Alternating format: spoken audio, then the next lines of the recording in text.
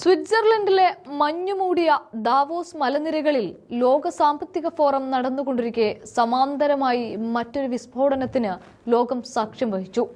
ലോകത്തിന് ഇനി ഐക്യരാഷ്ട്രസഭ വേണ്ട, പകരം ഞാൻ നയിക്കുന്ന ഒരു സമാധാന ബോർഡ് മതി എന്ന് ഡൊണാൾഡ് ട്രംപ് പ്രഖ്യാപിക്കുമ്പോൾ അത് വെറുമൊരു വാക്കായിരുന്നില്ല.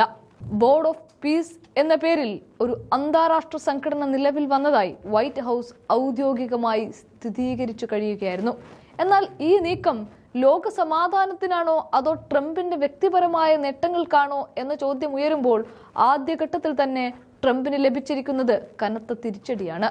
അമേരിക്കയുടെ പുതിയ തന്ത്രത്തിന് ആഗോളതലത്തിൽ കിട്ടിയ സ്വീകാര്യത പരിശോധിച്ചാൽ ട്രംപിന്റെ ആധിപത്യത്തിന് മങ്ങലേറ്റു എന്ന് സംശയിക്കേണ്ടിയിരിക്കുന്നു. 60ഓളം പ്രമുഖ രാജ്യങ്ങളെയാണ് ഈ സംഘടനയുടെ ഭാഗമാക്കാൻ അമേരിക്ക ക്ഷണിച്ചത്. ഇതിൽ India, Russia, China, Britain, France തുടങ്ങിയ ലോകശക്തികൾ ഉൾപ്പെടുകയും ചെയ്തിരുന്നു. എന്നാൽ കരാർ ഒപ്പിടാൻ സമയം വന്നപ്പോൾ ട്രംപിനൊപ്പം നിന്നത് വെറും 19 രാജ്യങ്ങൾ മാത്രം.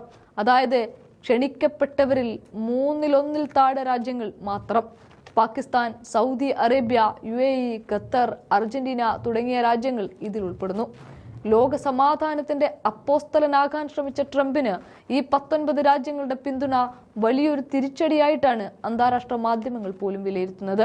ഈ നീക്കത്തിലെ ഏറ്റവും ശ്രദ്ധേയമായ വശം ഇന്ത്യയുടെ നിലപാടാണ്. ഡൊണാൾഡ് ട്രംപ് തന്റെ ഏറ്റവും അടുത്ത സുഹൃത്ത് എന്ന് വിശേഷിപ്പിക്കുന്ന ഇന്ത്യൻ പ്രധാനമന്ത്രി നരേന്ദ്രമോദി ഈ സമാധാന ബോർഡിനോട് മുഖം തിരിച്ചിരിക്കുകയാണ്. സമാധാനത്തിന്റെ പേരിൽ രൂപീകരിക്കുന്ന ഒരു സംഘടനയിൽ ചേരാൻ ഇന്ത്യക്ക് താല്പര്യമില്ലെന്നല്ല, മറിച്ച് അതിന്റെ ഘടനയിലുള്ള ജനാധിപത്യ വിരുദ്ധതയാണ് ഇന്ത്യ പിന്നോട്ടടിക്കാൻ കാരണം. 19 രാജ്യങ്ങൾ ഒപ്പുവെച്ചപ്പോഴും ഇന്ത്യ മൗനം പാലിച്ചത് ട്രംപിന് കിട്ടിയ വലിയൊരു പ്രഹരവുമായി.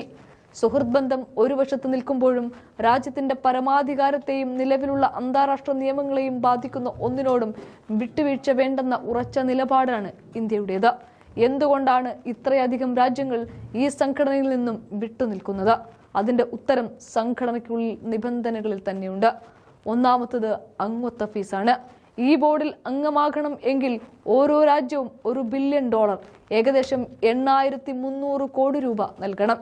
രണ്ടാമത്തെ കാര്യം സ്ഥിരം മേധാവി. ജനാധിപത്യപരമായ തെരഞ്ഞെടുപ്പില്ല, പകരം ട്രംപ് തന്നെയായിരിക്കും ഈ സംഘടനയുടെ ആജീവനാന്ത മേധാവി. അതായത് സമാന്തര അധികാരം. ഐക്യരാഷ്ട്രസഭയുടെ സുരക്ഷാ സമിതിക്ക് സമാനമായ അല്ലെങ്കിൽ അതിനേക്കാൾ വലിയ അധികാരം ഈ ബോർഡിനുണ്ടായിരിക്കും. ഗാസയിലെയും ഉക്രൈനിലെയും പ്രശ്നങ്ങൾ പരിഹരിക്കാനാണ് ഈ സംഘടനയെന്ന് അവകാശപ്പെടുമ്പോഴും വെനസ്വേലയ്ക്കും ഗ്രീൻലാൻഡിനും പിന്നാലെ ക്യൂബയൊക്കെ വരുതിയിലാക്കാൻ അമേരിക്ക മെനയുന്ന തന്ത്രത്തിന്റെ ഭാഗമാണ് ഇതെന്ന് ലോകം ഭയക്കുന്നുണ്ട്. തന്റെ പദ്ധതിയെ എതിർക്കുന്നവരോട് ട്രംപ് കാണിക്കുന്ന സമീപനം അങ്ങേയറ്റം പ്രകോപനപരമാണ്. ഫ്രാൻസ് ഈ സംഘടനയിൽ ചേരില്ലെന്ന് പ്രഖ്യാപിച്ചതിന് പിന്നാലെ ഫ്രഞ്ച് വൈനിനും ഷാംപെയിനിനും 200% ഇറക്കുമതി തീരുവയാണ് ട്രംപ് ചുമത്തിയത്.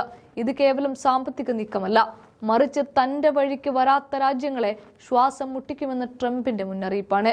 ലോക സമാധാനത്തിന് വേണ്ടി പ്രവർത്തിക്കുന്ന ഒരാൾ ഇത്രയും വലിയൊരു ഭീഷണി മുഴക്കുന്നത് വൈരുദ്ധ്യമാണ് എന്നാണ് രാഷ്ട്രീയ നിരീക്ഷകർ ചൂണ്ടിക്കാട്ടുന്നത്. തനിക്ക് നൊബേൽ സമ്മാനം ലഭിക്കാനുള്ള സകല അടവുകളും ട്രംപ് ഈ സംഘടനയുടെ പയറ്റുന്നുണ്ടെന്ന് വ്യക്തമാണ്.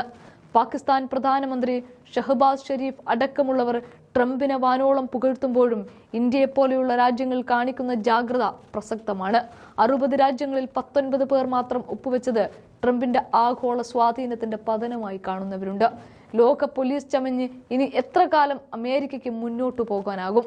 ഐക്യരാഷ്ട്രസഭയെ നോക്കുകുത്തിയാക്കി ട്രംപ് സൃഷ്ടിച്ച ഈ പുതിയ പ്ലാറ്റ്ഫോം ലോകത്തിന് ശാന്തിയാണോ അതോ പുതിയ യുദ്ധങ്ങളാണോ സമ്മാനിക്കുക എന്ന് കാലം തെളിയിക്കും. ഇന്ത്യയുടെ വിവേകപൂർണമായ വിട്ടുനിൽക്കൽ ഈ പുതിയ അന്താരാഷ്ട്ര കളിയിൽ നിർണായകമായി മാറുകയും ചെയ്യും.